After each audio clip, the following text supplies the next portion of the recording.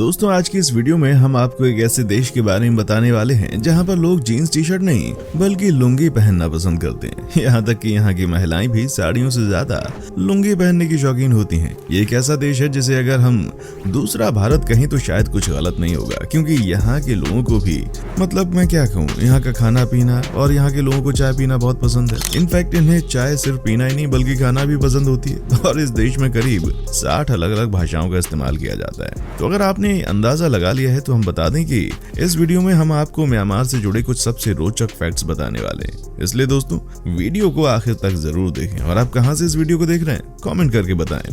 Number 1, यहाँ पर जाने वाले टूरिस्ट ने अक्सर ये देखा है कि यहाँ पर रह रहे लोगों में से कुछ लोग इसे म्यांमार बोलते हैं तो वहीं कुछ लोग इसे बर्मा बुलाना प्रेफर करते हैं। यह अजीब तो है ही, लेकिन साथ ही साथ बहुत ही यूनिक भी है। ऐसा कहा जाता है कि ये नाम अंग्रेजों द्वारा इसलिए दिया गया था क्योंकि यहाँ रहने वाले प्रमुख जातीय समूह जो कि 70% आबादी के लिए जिम्मेदार थे वो बामर समूह के थे।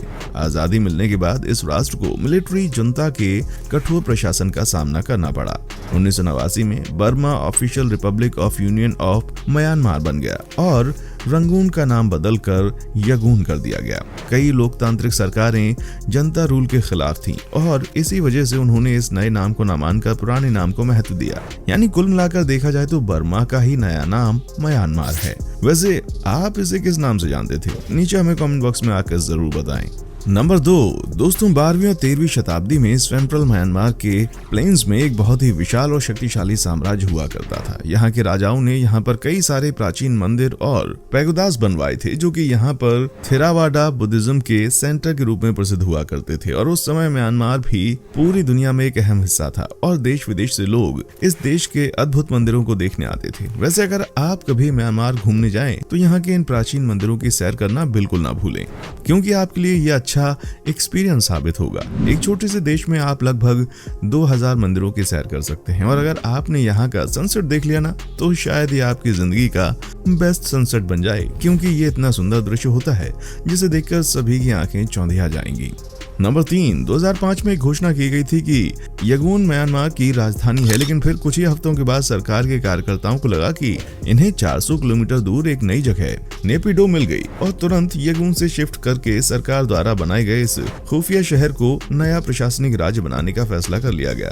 रातों रात किसी नए शहर का निर्माण कर देना, ये सुनने में कितना आश्चर्यजनक लग रहा है ना, पर ये बात सच है और ऐसा म्यांमार में हो चुका है। नंबर 4, म्यांमार के यगून में उपस्थित ये शानदार और विशाल पैगोडा म्यांमार में बहुत ही प्रतिष्ठित माना जाता है। दुनिया भर से यहाँ पर तीर्थ यात्रियों की एक बड़ी संख्या हर साल यात्रा करने के लिए पहुँचती है। पूर्व राजधानी यगून के बीचों बीच उपस्थित ये गोल्ड प्लेटेड कॉम्प्लेक्स टूरिस्ट का सारा ध्यान अपनी ओर आकर्षित करने के लिए काफी होता है। जब कभी आप यहाँ पर घूमने जाएंगे तो आपको पता चलेगा कि इसका महत्व क्या है।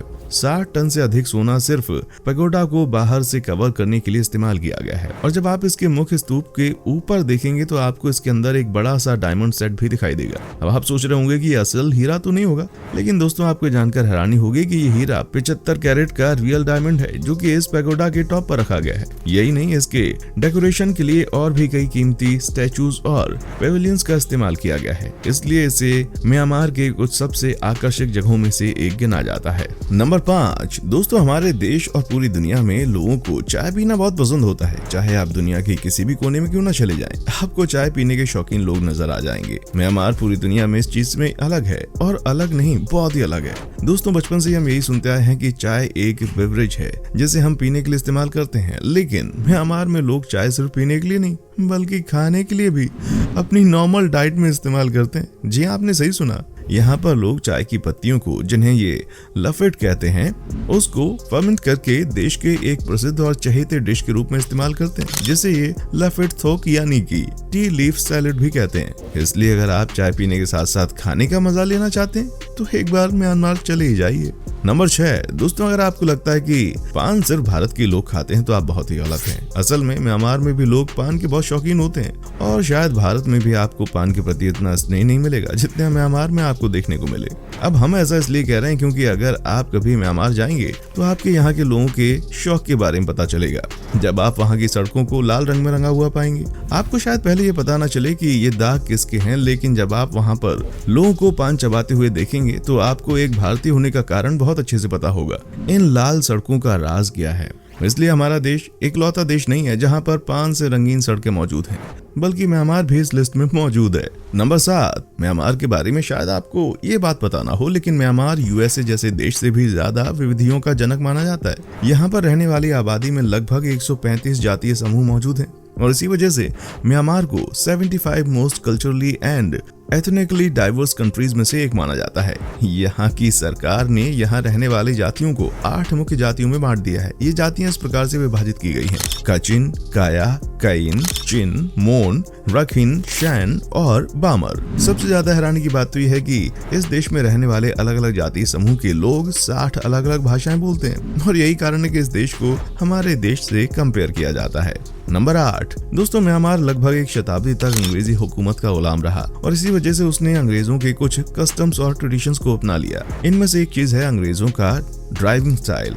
इसी वजह से गाड़ियों को लेफ्ट साइड पर ड्राइव करना ये प्रेफर करते थे, जबकि ज्यादातर देश राइट हैंड पर ड्राइव करते थे। लेकिन 1970 में एक बार फिर से वैसा ही कुछ किया गया, जैसा कि एक बार पहले भी राजधानी को यंगून से हटाकर नेपिदो कर दिया गया था। म्यांमार की सरकार ने घोषणा कर दी कि अब ये सारी कार्स रोड के अपोजिट साइड पर चलाई जाएंगी, यानी ये घोषणा कर दी गई कि अब से ड्राइविंग राइट साइड पर की जाएगी।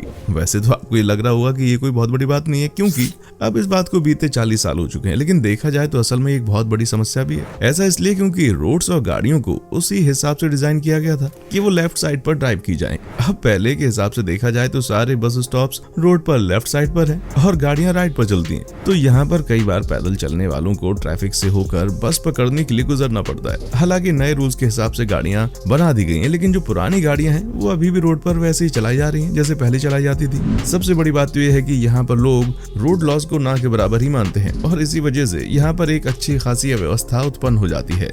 नंबर 9, अगर आप कभी म्यांमार विजिट करने का प्लान कर रहे हैं तो आपको ये ध्यान में रखना होगा कि आपको इंपीरियल सिस्टम्स का यूज करना आना चाहिए। ऐसा इसलिए है क्योंकि वो आज भी वेट को पाउंड्स में और डिस्टेंस को इंचेस में नापते हैं, न कि ज्यादातर इस्तेमाल किए जाने वाले साधारण किलोग्राम और सेंटीमीटर्स में। ये सिस्टम सिर्फ यूनाइटेड स्टेट्स और लाइबेरिया में इस्तेमाल किया जाता है। नंबर 10, एक जो बहुत ही अजीब सी चीज आपको यहाँ देखने को मिलेगी वो ये है कि लोग यहाँ पर सामान को उठाने के लिए अपने हाथों की जगह अपने सिर का इस्तेमाल करते हैं। जी हाँ दोस्तों, जिस तरह हमारे यहाँ स्टेशन पर कूली अपने सर पर सामान को लेकर चलता है, ठीक उसी तरह ये लोग भी अपना सामान सर पर लेकर चलते हैं। पहली बार जब आप इनको देखेंगे तो ऐसा लगेगा कि जरूर सामान बेचने के लिए ऐसा करते होंगे, लेकिन ऐसा बिल्कुल नहीं है। यहाँ के लोग नॉर्मली भी अपने सामान को कैरी करने के लिए इसी मेथड का इस्तेमाल करते हैं।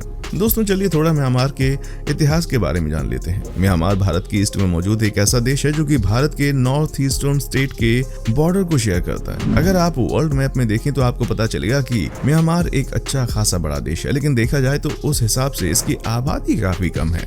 वैसे आपको म्यांमार से जुड़ी कौन सी बात सबसे अच्छी और हैरान करने वाली लगी, हमें नीचे कमेंट बॉक्स में आकर बताएं। अगर